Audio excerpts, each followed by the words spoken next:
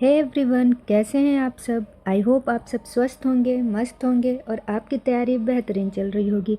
दोस्तों, जैसा कि आपको पता है कि इस चैनल पे यूपी टेट के लिए सीरीज़ चल रही थी, जो कि मैं आप लोगों के लिए रेगुलर क्लासेस लेके आ रही हूँ। अगर आपको कोई समस्या हो, अगर कोई परेशानी हो, कोई डाउट हो, तो आप कमेंट सेक्शन में मैसेज करके मुझसे पूछ सकते हैं।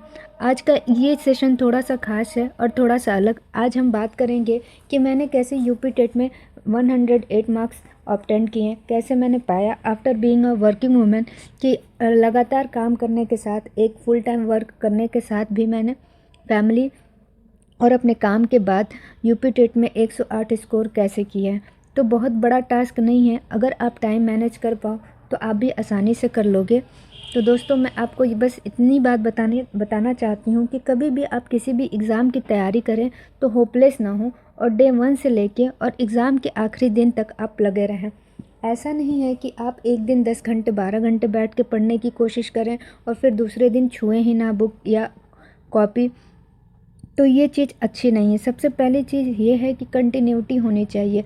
आप देखो, और सबसे बड़ी चीज़ ये भी है कि अगर आपको कभी भी लगे कि आपको ये सब्जेक्ट नहीं समझ आ रहा है, तो आप उसको किसी को पढ़ाना स्टार्ट कर दो। जब भी आप पढ़ाना स्टार्ट करोगे तो आप बेहतर तरीके से वो चीज़ें सीख पाओगे।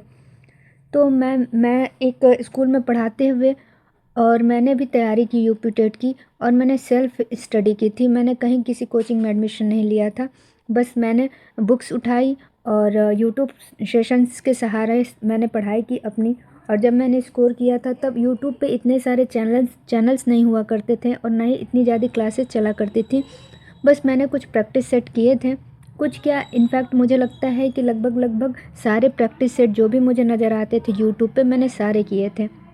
चलिए बात करते हैं कि आखिर आप ऐसा क्या करेंगे कि आप एक बेहतर स्कोर पा सकें यूपी टेट के लिए। तो दोस्तों, मैंने सुपर टेट भी क्वालिफाई किया है, सी टेट भी कई बार, और यूपी टेट भी मैंने कई बार क्वालिफाइड किया है। चूँकि बीएड के जो अब कैंडिडेट होते हैं, उनके लिए पहले ऐसा था कि वो प्राथमिक के लिए नहीं भर सकते थे यूपी टेट का फॉर्म, लेकिन बाद में ये सारी चीज़ें 2018 के समय में एक बार यूपी टेट भरने का मौका मिला प्राइमरी का बीएड वालों को भी। लेकिन फिर उसके बाद से यूपी टेट में प्राइमरी में बीएड वालों को अपीयर करने का मौका ही नहीं मिला।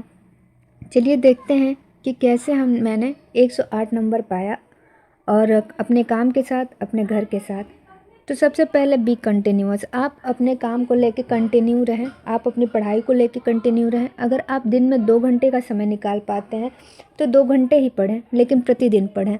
और हमेशा ये कोशिश करें कि आप पढ़ने से पहले पिछला जो भी आपने पढ़ा है उसको एक बार सरसरी निगाह से ज़रूर देखें, उसको एक क्विक रिवीजन ज़रूर दें, ताकि आपको चीज़ें भूलें नहीं तो ऐसा होता है कि हम लगातार आगे पढ़ते जाते हैं और पीछे की चीज़ें हमारे मेमोरी से निकलती जाती हैं। तो आप रिवीजन ज़रूर किया करें। दूसरा काम, आप जब भी पढ़ने बैठिए, कोई भी सब्जेक्ट, किसी भी एग्ज़ाम के लिए प्रिपरेशन कर रहे हो, तो सिलेबस के अकॉर्डिंग ही पढ़िए। आपको पता होना चाहिए कि आपका एग्जैक्ट सिलेबस क्या है। नहीं तो आप इधर उधर की चीज़ें पढ़ेंगे और उसको बहुत लंबे तरीके से पढ़ के आप अपना समय बर्बाद करेंगे। तो सबसे पहले आप एग्जैक्ट सिलेबस, जो भी ऑथेंटिक सिलेबस दिया गया है साइट पे, वहाँ से सिलेबस लेके और उसके अकॉर्डिंग पढ़ना स्टार्ट करें। हमेशा सोचिए कि आप जो भी पढ़ें वो टू द पॉइंट हो। आपको सिर्फ इसलिए नहीं पढ़ना है कि अभी आपको ज्ञान की ज़रूरत है, आपको इसलिए पढ़ना है कि आपको एग्ज़ाम क्वालिफाई करना है। तो याद रखें, जब भी आप कुछ भी पढ़ें वो एग्ज़ाम ओरिएंटेड हो। बाकी एक्सट्रेंसिक रीडिंग करने के लिए बहुत समय पड़ा है। आगे देखिए, सॉल्व पीवाईक्यू। आपको जितने भी पीवाईक्यू अवेलेबल हो पाते हैं, मैं सारे वैसे करा रही हूँ इस चैनल पे। अभी मैंने 2018 के स्टार्ट किए हैं पीवाईक्यू कराना, जिसमें से मैंने चाइल्ड डेवलपमेंट का, यानी कि बाल मनोविज्ञान का, पर्यावरण का, और पर्यावरण और इंग्लिश, ये तीनों ही चैप्टर के डाल रखे हैं 2018 के पीवाईक्यू। अगर आपने नहीं देखा है तो चैनल पे विज़िट करके देख सकते हैं। और आज मैंने साइंस का भी अपलोड किया है, आप वो भी देख सकते हैं। तो 2018 का पेपर जैसे ख़त्म होगा उसके बाद मैं फिर 2011 से शुरू करूँगी। 2011, 12, 13 जो भी एग्ज़ाम्स हुए हैं यूपी टेट के, वो सारे PYQ मैं आपको पार्ट में दे दूँगी इसी चैनल पे। आपको कहीं इधर उधर विजिट करने की ज़रूरत नहीं है, आपको ईज़िली अवेलेबल हो जाएगा और बिल्कुल ऑथेंटिकेट मिलेगा। बहुत आपको एलेबोरेट करके नहीं बताया जाएगा। आप आइए, टू द पॉइंट पढ़िए। तो जितने भी PYQ हैं, अभी तक जितने भी एग्ज़ाम हुए हैं, आई थिंक यूपी टेट का लास्ट एग्ज़ाम 2021 में हुआ था, उसके बाद नहीं हुआ है। तो जितने भी 2021 तक के PYQ हैं, आपको इस चैनल पे देखने को मिल जाएंगे। अभी 2018 का PYQ का सीरीज़ मैंने डाला हुआ है, आप चैनल में विज़िट करके देख सकते हैं। प्लेलिस्ट बनी हुई है, आप वहाँ विज़िट कर लीजिएगा, सर्च कर लीजिएगा, सॉल्व पेपर 2018 आपको मिल जाएगा। नेक्स्ट है do practice it as much you can. देखिए दोस्तों, मैं अपना एक्सपीरियंस बता रही हूँ कि मेरे पास सिर्फ एक बुक थी उपकार पब्लिकेशन की, और मैं उस बुक से बहुत ज़्यादा सेटिस्फाइड नहीं थी। मैंने उस बुक को पढ़ा तो था, लेकिन उसको पढ़ने के बाद मुझे अंदर से अच्छी फीलिंग नहीं आ रही थी कि ये सफिशियंट है, या फिर इसको पढ़ के मुझे ऐसा लग रहा था कि मेरा एग्ज़ाम क्वालिफाई हो जाएगा। तो फिर मैंने स्टार्ट किया था। टू बी ऑनेस्ट, मैंने क्लास 1 से लेके क्लास 5 तक की SCRT की जो भी बुक है, यानी कि जो यूपी गवर्नमेंट के स्कूलों में चलती हैं किताबें, मैंने उसको अरेंज किया, मैंने उससे पढ़ाई की। आप विश्वास नहीं करोगे, हाँ बिल्कुल सही सुन रहे हो आप लोग। मैं पढ़ाती तो थी मतलब मैं CBSE स्कूल में पढ़ाती थी और अप टू 8th और 10th जाती थी, लेकिन मैंने क्लास 1 से लेके क्लास 5 तक की SCRT की किताबें उठाई। वाकई में मैंने उठाई, मैंने देखा वहाँ से सिलेबस, मैंने उसे भी पढ़ा। चूँकि आपके एग्ज़ाम में अप टू 10th पूछता है, लेकिन मैंने 1st to 5th की भी सारी किताबें पढ़ी थी। मैंने देखा था कि SCRT का कैसा पैटर्न है, और मेरे पास जो उपकार पब्लिकेशन की बुक थी, मैं उससे बहुत सेटिस्फाइड नहीं हुई। इसलिए मैंने यूट्यूब का सहारा लिया, और यूट्यूब पे उस समय जितने भी प्रैक्टिस सेट मुझे मिलते थे, मैं आपको क्या बताऊं, मेरे पास बहुत कम समय होता था। घर से स्कूल जाना, फिर स्कूल से आके फिर घर देखना, फिर रात के समय में मैं तो 3 से 4 घंटे अपने लिए समय निकालती थी। रात के 8 से लेके 12-1 तक मैं पढ़ती थी। तो बस उसी समय में जितने भी प्रैक्टिस सेट होते थे, मैं वो सारे प्रैक्टिस सेट करती थी, और रिटेन वे में करती थी ऐसे। और आप प्रयास करें कि आप कोई भी सब्जेक्ट अगर पढ़ते हैं, लाइक हिंदी अगर पढ़ रहे हैं, तो उसका एक टॉपिक उठा लीजिए।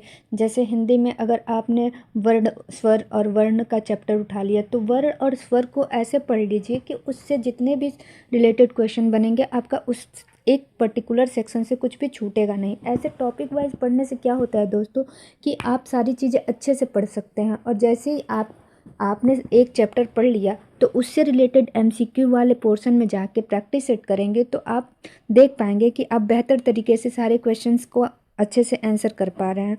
तो मेरा यही मानना है, मैं तो ऐसे ही करती थी कि एक टॉपिक उठाती थी, उसको पढ़ती थी, और उससे रिलेटेड जितने भी क्वेश्चन होते थे प्रैक्टिस सेट के, मैं सारे कर लेती थी। तो इस चैनल पे भी मैंने टॉपिक वाइज ही प्रैक्टिस सेट दिया है, जैसे हिंदी के समास का, और अगर CDP की बात की जाए तो थानाडाइक का, फिर स्किनर का, फिर ऐसे ही करके मैं एक एक टॉपिक के सारे प्रैक्टिस सेट लेके आऊँगी आप लोगों के लिए। आप लोग ज़रूर से उसको करिएगा, आपके लिए बहुत बेनिफिशियल होगा। आई एम श्योर कि अभी एग्ज़ाम में काफ़ी समय है, और तब तक के लिए अगर आप लोग लगातार प्रैक्टिस सेट करेंगे, तो आप बहुत अच्छा स्कोर कर पाएंगे। और हमेशा एक ऐसा रूटीन आप फिक्स कीजिए कि आप सारे ही जो भी आपके 5 सब्जेक्ट हैं उसको टच ज़रूर कीजिए। ऐसा नहीं कि एक सब्जेक्ट ही आप एक टाइम के लिए पढ़ते रहें और बाकी सारे सब्जेक्ट छोड़ दें। तो कम से कम 10 मिनट, 15 मिनट, या हार्डली 30 मिनट के लिए तो आप वो सब्जेक्ट टच करें ही। कुछ नहीं तो कम से कम आप एक प्रैक्टिस सेट ही उस सब्जेक्ट के करें, लेकिन ज़रूर करें।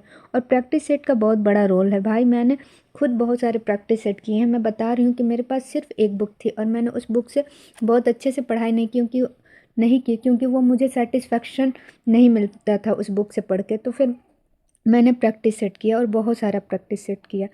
तो अगर आपकी और भी कोई क्वेरी होगी, या फिर कोई डाउट होगा, या कोई क्वेश्चन होगा, तो ज़रूर मुझसे पूछिएगा। I will be there for you guys. Till then take care, bye bye. पढ़ते रहिए आप लोग, और चैनल को सब्सक्राइब कर लीजिए, वीडियो को लाइक कर दीजिए। बाय।